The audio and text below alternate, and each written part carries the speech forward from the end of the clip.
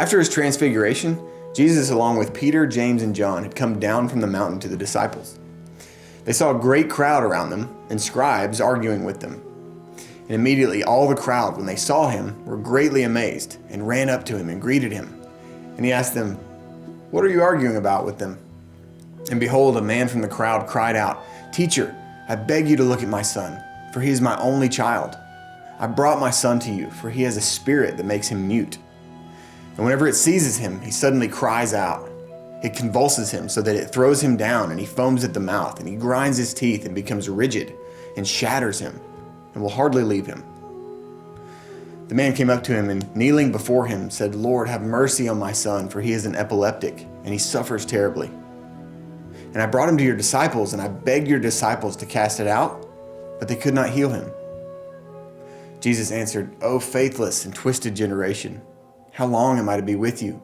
How long am I to bear with you? Bring your son here to me." And they brought the boy to him. And while he was coming, the spirit saw him. Immediately, the demon threw him to the ground and convulsed the boy. And he fell on the ground and rolled about, foaming at the mouth. And Jesus asked his father, "How long has this been happening to him?" And he said, "From childhood, and it has often cast him into the fire and into the water to destroy him. But if you can do anything, have compassion on us and help us." And Jesus said to him, "If you can, all things are possible for one who believes." Immediately the father of the child cried out with tears and said, "I believe, help my unbelief." And when Jesus saw that the crowd came running together, Jesus rebuked the unclean spirit and healed the boy, saying to it, "You mute and deaf spirit, I command you, come out of him and never enter him again." And after crying out and convulsing him terribly, it came out of him, and the boy was like a corpse, so that most of them said, "He is dead."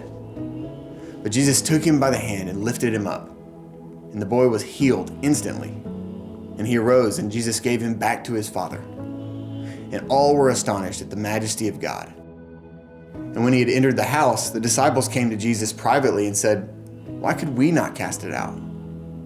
And he said to them, "Because of your little faith. For truly I say to you, if you have faith like a grain of mustard seed, you will say to this mountain, 'Move from here to there,' and it will move. And nothing will be impossible for you. But this kind never comes out except by prayer and fasting." The disciples had been unable to drive out this demon, and they asked Jesus why. They'd cast out demons before. Why hadn't this demon responded? It could be that the disciples had tried to drive out the demon with their own ability rather than God's. If that was the case, their hearts and minds were not in tune with God, so their words had no power. It was their question that revealed their mistake. They centered on themselves, not on Christ. Jesus explained that this kind can be cast out only by prayer, and the disciples had not depended on God's power through prayer. God's power must be requested and relied upon in each instance. Prayer is the key that unlocks and reveals faith. Effective prayer needs two things: complete dependence on God for provision and the action of asking. Prayer demonstrates complete reliance on God. Therefore, there is no substitute for prayer, especially in situations that seem impossible. Often the disciples would face difficult situations that could be resolved only through prayer. Their humiliation made this a painful lesson to learn. Jesus also pointed to the disciples' lack of faith. Jesus wasn't condemning the disciples for weak faith. He was trying to show how important faith would be in their future ministry. It is the power of God, not our faith, that can move a mountain. But faith must be present to do so. As the mustard seed that grows into a large plant shows us, even a small seed of faith is sufficient. There is great power in even a little faith when God is with us. If we feel weak or powerless as Christians, we should take a look at our faith, making sure that we are trusting in God's abilities to produce results and not our own.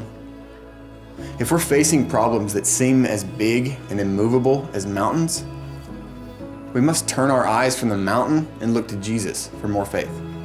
Then, as Jesus promised, nothing will be impossible.